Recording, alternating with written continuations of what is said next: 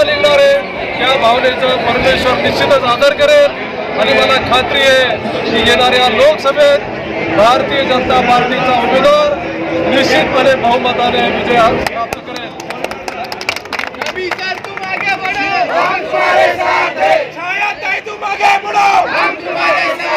भारतीय जनता पार्टीचा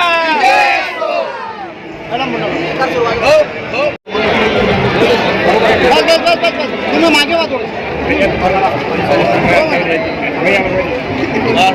मॅडम काय सांगेल आज मोठी सभा चालू आहे ते आज आमच्या संभाजीनगर वासियांसाठी एक खरोखर आनंदाचा क्षण आहे की आमच्या देशातले नंबर 2चे नेते म्हणजे आमचे गृहमंत्री लाडके गृहमंत्री अमित भाई शहा आज आमच्या संभाजीनगर आम्हाला भेट देण्यासाठी एवढ्या लांब आलेले आहेत आणि ज्या इच्छा घेऊन आलेले आहेत किंवा त्या संभाजीनगरच्या सर्व BJPचे नेते सर्व त्यांचे जे काही ज्या उद्देशाने ते आलेले आहेत तो उद्देश पूर्ण करण्यासाठी आम्ही सर्व BJPचे नेते सर्व एकत्रित आलो आहोत आणि आम्हाला आशा आहे की 100% आम्ही ज्या कार्यासाठी ते आलेले आहेत ते सिद्ध आम्ही करणार आहोत आणि म्हणून आज सर्व एकजुटीने संभाजीनगरमध्ये सर्व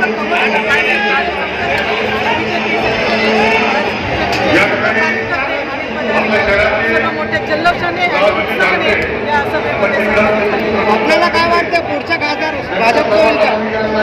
101%। माननीय अमित भाई शाह छत्रपती संभाजीनगर मध्ये आगमन झालेलं आहे। त्यांच्या आज सभामध्ये 2 लाखच्या जवळपास आमचे कार्यकर्ते आम्ही तिथे हजर राहणार आहे। आज आमच्या अल्पसंख्याक मोर्चा ताईंनी एवढा मोठा एक ग्रुप घेऊन इथं झालेलं आहे। आमचे संभाजीनगरचे अल्पसंख्यक मोर्चा दक्षिण से अध्यक्ष आदरणीय नबी भाई पटेल और हम सब मिलके पूरे आज इस कार्यक्रम में यहाँ उपस्थित हुए और हमें भरोसा है कि आने वाले समय में हमारे 400 पार अब की बार 400 इस बार हमारे मोदी जी पंतप्रधान होंगे और आदरणीय अमित भाई का काम देख के हमें विश्वास है कि हम 400 के आंकड़ा पूरा करेंगे। भारतीय जनता पार्टी एवं भाजपा जैन प्रकोष्ठ महाराष्ट्र राज्य से उपाध्यक्ष के नाते मैं पूरा भरोसा दिलाता हूँ कि हमारे जैन समाज के मतदान हमारे अल्पसंख्यक के मतदान पूरे भाजपा को ही होंगे और 101% 400 के पार हम भाजपा को पार करेंगे और हमारे मोदी जी को पंतप्रधान बनने का हमने निश्चय किया है। छत्रपति संभाजीनगर में भी भाजपा का उम्मीदवार विजयी होगा। आपल्या भारत देशाची आन बान शान आदरणीय अमितजी भाई आज आपल्या शहरामध्ये आलेले आहेत। आम्ही सर्व छायाताई भोसले नबी पटेल साहेब त्यांची सर्व टीम माजी सैनिक आघाडी खरा साहेब हे सर्व मिळून आम्ही त्यांच्या मोठ्या उत्साहामध्ये स्वागत करण्यासाठी आलेलो आहोत। ढोल ताशा हे सर्व श्रेय छायाताई भोसले यांना जातं। आम्ही सर्व त्यांच्यासोबत आहेत आणि येणाऱ्या काळामध्ये भारतीय जनता पार्टी शहरामधून जे उमेदवार उभे राहतील त्यांना आम्ही सर्व पाठबळाने निवडून आणणार आहोत। भागवत कराड साहेबांना तिकीट मिळण्याची शक्यता आहे। त्यांना तिकीट मिळत आम्ही एक माणूस त्यांच्यासाठी एक वोटिंग करून त्यांना निवडून आणू अशी ग्वाही देतो। भारतीय जनता पार्टीचा भारतीय जनता पार्टीचा वंदे भारत माता की जय। जय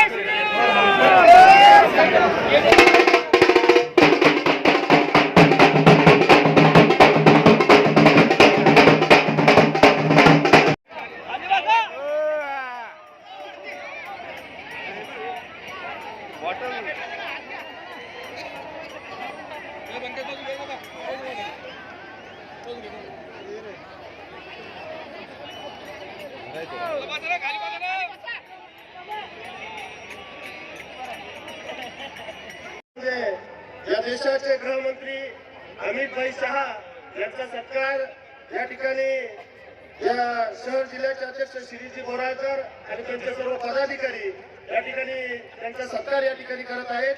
श्री रामाची मंदिराची प्रतिकृती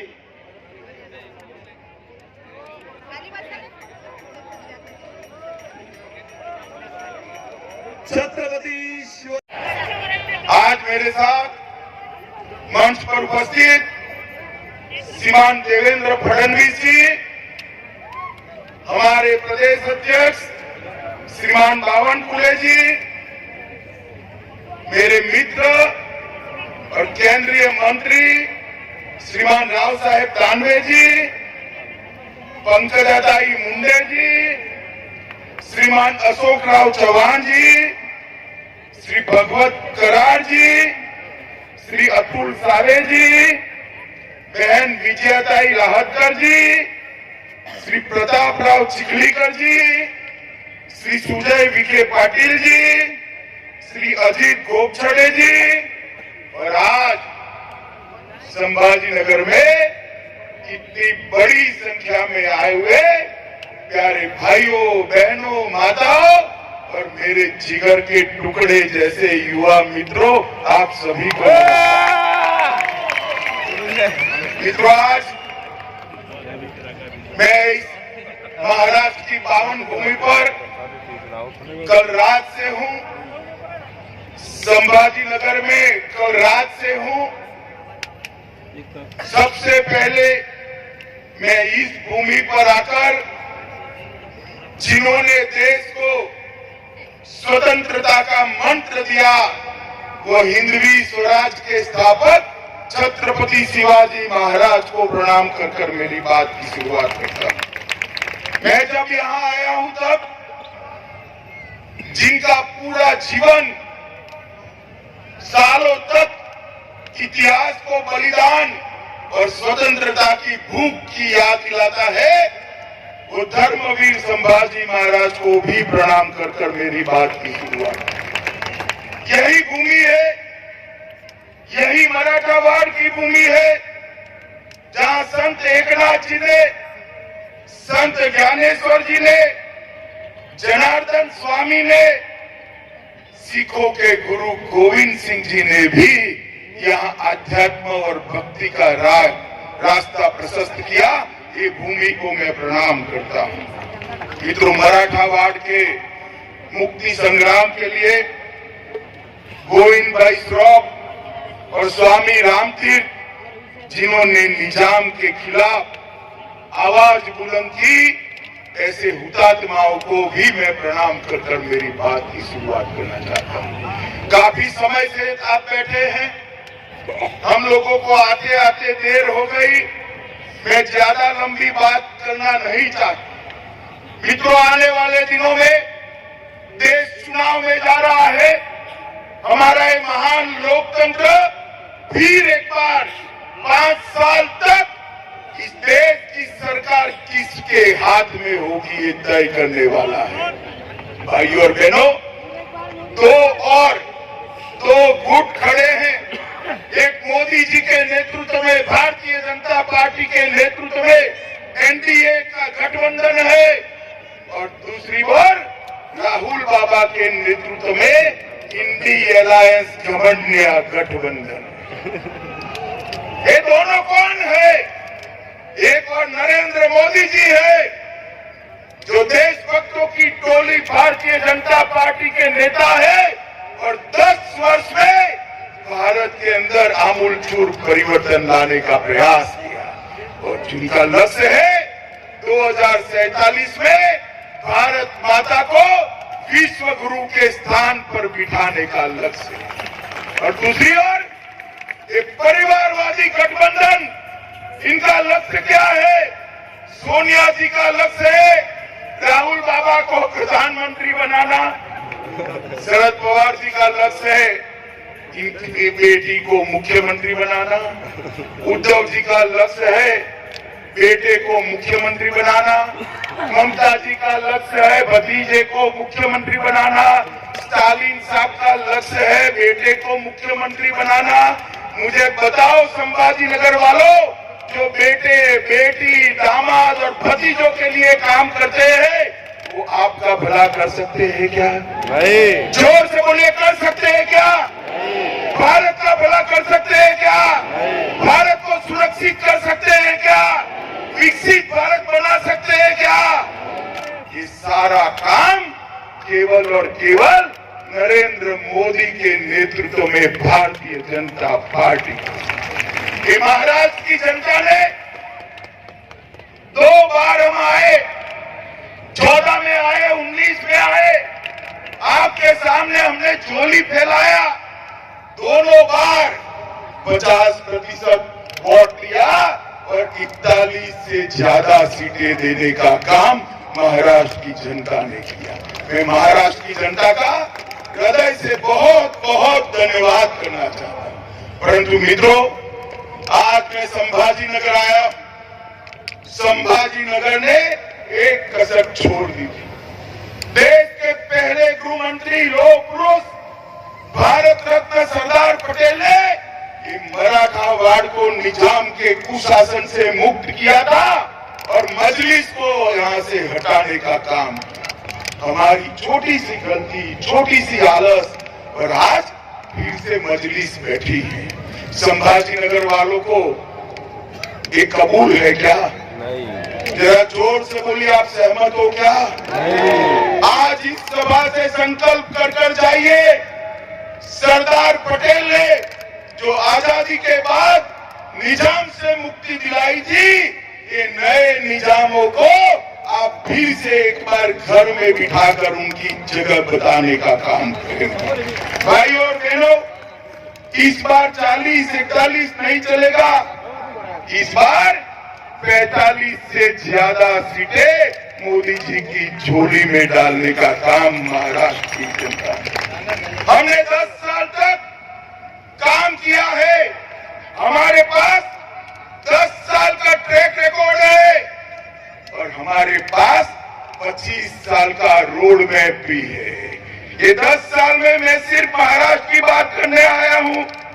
भाई और बहनों, आज इस मंच से मैं शरद पवार जी को और उद्धव ठाकरे जी को पूछना चाहता हूं, इंडी अलायंस का आप नेतृत्व कर रहे हो। 2004 से 14 सोनिया मनमोहन की सरकार थी, महाराष्ट्र को क्या दिया? 1,91,000 करोड़। कितना? 1,91,000 का। जरा जोर से बोलो, कितना? मोदी जी ने 14 से 23 9 साल में 1,91,000 करोड़ की जगह उससे 4 गुना 7,15,890 करोड़ रुपया देने का। इसके साथ साथ 8 लाख करोड़ के और प्रोजेक्ट दिए। 10 साल में 16 लाख करोड़ रुपया महाराष्ट्र के विकास के लिए नरेंद्र मोदी जी ने भेजे। सरदाओ, जरा हिम्मत हो तो हिसाब किताब लेकर आ जाना। हमारा युवा मोर्चे का कार्यकर्ता शिवाजी महाराज के पुतले पर सार्वजनिक चर्चा के लिए तैयार है।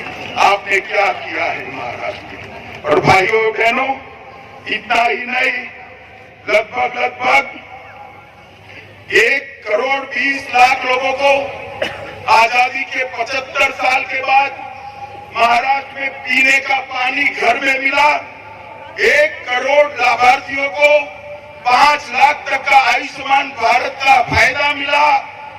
लगभग 76 लाख माताओं को घर में पहली बार शौचालय मिला। 7 करोड़ लाभार्थियों को प्रति व्यक्ति प्रति माह 5 किलो अनाज फ्री ऑफ कॉस्ट देने का काम नरेंद्र मोदी ने किया। 51 लाख लाभार्थियों को, माताओं को घर में गैस और चूल्हा देने का काम नरेंद्र भाई ने किया। 12 लाख लाभार्थियों को महाराष्ट्र में घर दिया। और मुझे बताओ संभाजी नगर वालों, आप लोगों के दोनों टीके लग गए कोरोना के या नहीं लगे? लग गए? वो जरा हाथ ऊपर करो तो।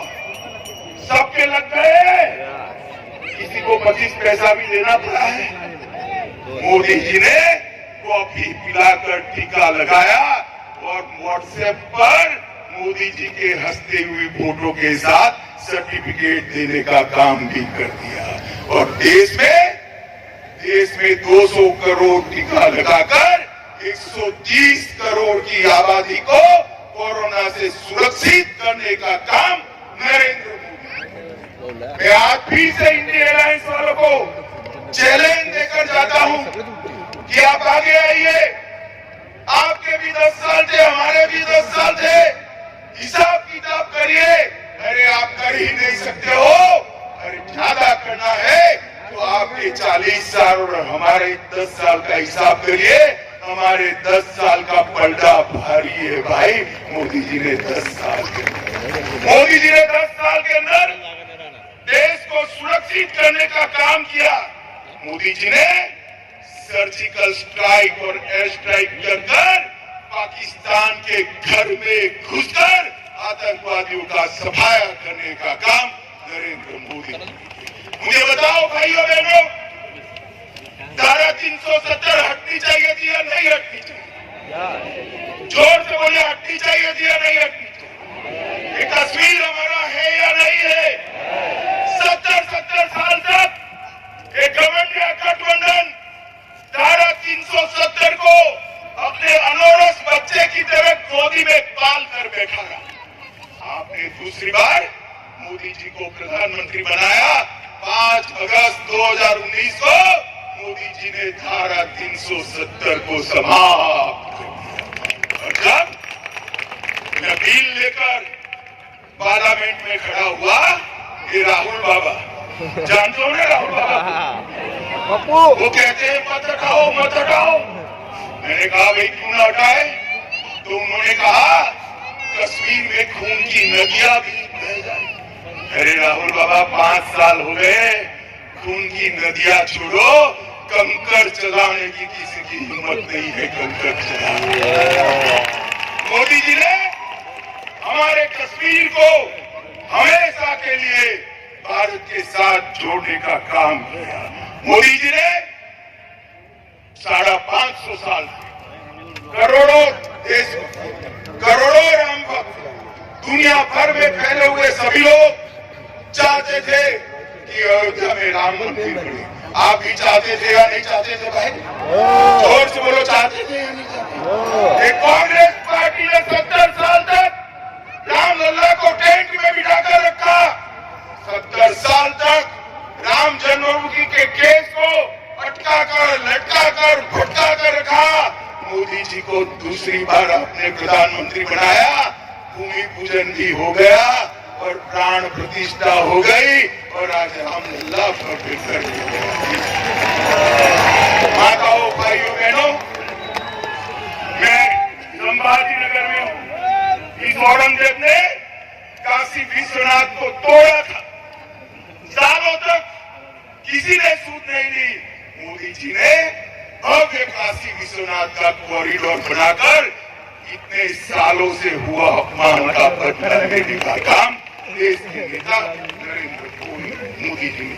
मित्रों, 150 साल पुराने अंग्रेजों के कानून बदले, पार्लियामेंट नहीं बनाई, कर्तव्य पथ नया बनाया और इस देश में से आतंकवाद और नक्सलवाद को उखाड़ कर फेंक दिया। भाइयों और बहनों, मैं आज आपको पूछने आया हूं, बाला साहब ठाकरे को सिर्फ आप नहीं, मैं नहीं, देश भर की जनता पलकों पर बिठाती है इनके सिद्धांतों के कारण। पलकों पर मुझे बताओ, ये संभाजी नगर का नाम बदलने के लिए, जो रखने के लिए विरोध करते थे, वो बाला साहब के वारिस हो सकते हैं क्या? हो सकते हैं क्या? हो सकते हैं क्या? आज उद्धव ठाकरे जी, आपको शर्म आनी चाहिए। आप जिनके पास बैठे हो, जिनके साथ बैठे हो, उन्होंने 370 हटाने का विरोध किया, सर्जिकल स्ट्राइक और एयर स्ट्राइक का विरोध किया और औरंगाबाद से संभाजी नगर की यात्रा को रोक कर रखा था। किस मुंह से आप महाराष्ट्र की जनता के सामने आएंगे? मित्रों, ये लोग सिद्धांतों की राजनीति नहीं करते हैं, देश की राजनीति नहीं करते हैं, ये लोग अपने परिवार की राजनीति करते हैं। मित्रों, आज मैं कहने आया, मोदी जी ने यूपीए की सरकार देश के अर्थतंत्र को 11वें नंबर पर छोड़ कर गई और ये जब मोदी जी प्रधानमंत्री बने तब चिदंबरम साहब अंग्रेजी में कहते थे, इकोनॉमी को जानने वाले लोग ही देश को बचा सकते हैं। भाई ठीक है, मनमोहन सिंह जी और आप बड़े इकोनॉमिस्ट थे, मगर अटल जी 11वें नंबर पर छोड़कर गए थे, आपने 11वें नंबर पर ही रखा। मोदी जी ने 10 साल में कोरोना के बावजूद 11वें नंबर पर से 5वें नंबर पर लाने का काम नरेंद्र मोदी। और संभाजी नगर वालों, मेरी बात सुन लो, ये मोदी गारंटी है, तीसरी बार मोदी जी को प्रधानमंत्री बनाओ, 5वें नंबर से देश का अर्थतंत्र दुनिया में तीसरे नंबर पर पहुंचने का काम नरेंद्र मोदी जी ने देश को दुनिया में गौरव दिया। जो लोग विदेश में जाते हैं उनको मालूम है भारत के पासपोर्ट का सम्मान कितना हुआ है, भारत का सम्मान कितना हुआ है। नरेंद्र मोदी विश्व के एकमात्र नेता है जिनको दुनिया के 14 से ज्यादा देशों ने